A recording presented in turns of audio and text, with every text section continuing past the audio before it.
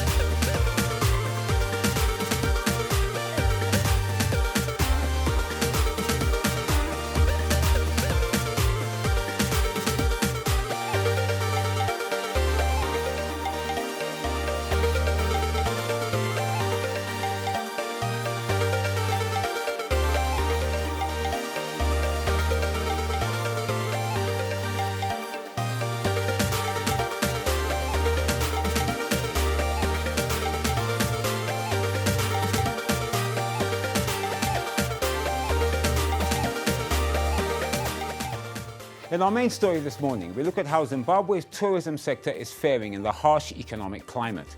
Zimbabweans in their millions at this time of the year usually set out on the road over Christmas to either visit their families in rural areas or the numerous tourist sites that abound within Zimbabwe. International visitors are expected in their numbers over the festive season due to Zimbabwe's popular heritage sites, our temperate weather, and of course the friendliness of Zimbabweans amongst many other things.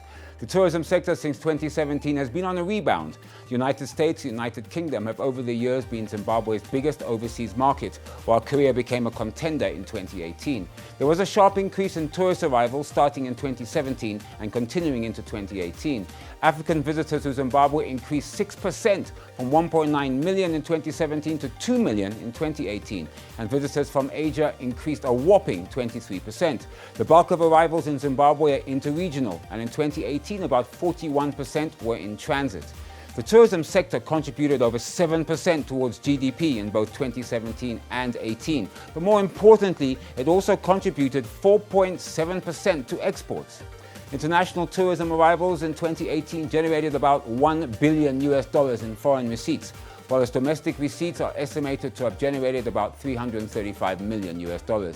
Changes in the visa requirements allowing 28 countries to get visas at point of entry was received positively and encouraged increased arrivals into the country. In 2018, tourist arrivals totaled 2.5 million and are anticipated to remain relatively stable in 2019.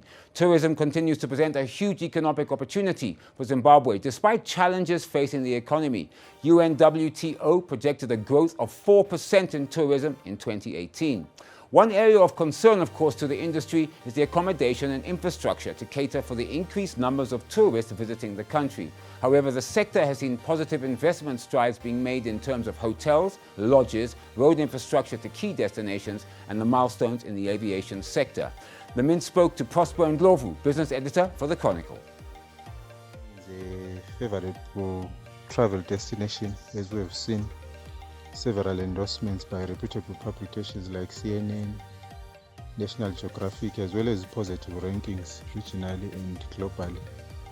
We have seen positive investment strides in the sector with a number of proposals for investment, especially targeting Victoria Falls, which is the country's prime resort destination, and several projects which are on the pipeline. We've seen a number of hotels are doing upgrades and certain lodges being built, some being officially opened. There are efforts to spruce the road infrastructure, which is leading to key destinations, and especially there are milestones in the aviation sector where we've seen new airlines being attracted to Zimbabwe and actually starting to service the local destinations, which increases the linkage, international linkage for the country with the whole world. And this is one of the critical components of the tourism industry. These have also been enhanced by improved international relations by Zimbabwe riding on government's renewed re-engagement efforts and increased destination marketing by tourism players led by Xtra. We've seen the sector seriously taking marketing to high levels, participating in almost most of the international exhibitions where they've been showcasing what Zimbabwe has to offer. And basically this is what I believe can make Zimbabwe take tourism to another level. But we are also saying going forward, the expectation will be to have the sector consolidate some of these gains and expand the scope through aggressive marketing strategies, and more importantly on the realm of improving pricing, competitiveness and operational efficiencies. There we've seen a lot of hurdles, and players in the sector have been raising concerns around issues of how best can Zimbabwe enhance pricing competitiveness and efficient operations which will make them profitable while it's at the same time offering the best service. Domestic tourism is concentrated mainly in the museums, monuments and national parks, but the continued fuel shortages and the liquidity crisis are negatively affecting tourism efforts. There is no doubt that Zimbabwe has some of the best tourism destinations in the world that include the majestic Victoria Falls, Great Zimbabwe, the Matopos Hills, Gonavejo, Mana Pools and the Chinoi Caves, just to mention a very few of the country's attractions. So some tips from the Mint for you on your travels, either once you have landed or as you drive. Firstly, get your car checked. And of course, leave early. Plan your route beforehand and secure the Christmas tree in your car. Make sure it's securely fastened to the roof. However you travel, please of course do not drink and drive. Animals are a pleasure to look at, but remember they are wild animals, so please follow your guide's instructions. To local Zimbabweans, we say over the holidays, please do not be discouraged by our economic issues. Enjoy your country. The Guardian reports that earlier this year, China opened a vast multi-billion-dollar airport in the country's capital, Beijing. Less than 5 years after construction began, the £15 billion Daxing International Airport was officially opened in a ceremony attended by the Chinese leader Xi Jinping. The new mega airport, the second in Beijing, was designed by the late architect Zaha Hadid in the shape of a starfish with 5 connected concourses. It is said to be the world's largest single-building airport terminal. At 700,000 square meters with 4 runways, it is expected to be able to handle 72 million passengers a year by 2025. By 2040, the airport is expected to expand to 8 runways and accommodate 100 million passengers a year.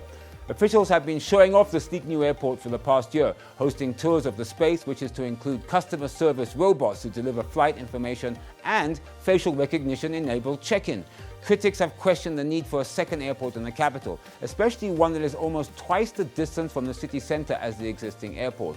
Officials say Daxing will alleviate traffic pressure on the city's existing international travel hub, Beijing capital in the northeast, which has more than 100 million travellers last year, second in the world only to Hartsfield-Jackson Airport in Atlanta, Georgia, in terms of passenger traffic. China is expected to surpass the US to become the world's largest market for airport travel by 2022. Domestic and foreign airlines, including China Southern Airlines, China Eastern Airlines, Air China, as well as British Airways and Finnair, have said they will move all or part of their operations to the new airport. Posta Kenya has introduced digital post office boxes in partnership with Safaricom. Under the partnership, Safaricom customers can now register for a post office box in the comfort of their homes. Customers will have the option of selecting which post office to pick their deliveries from by keying the postal code of the particular branch.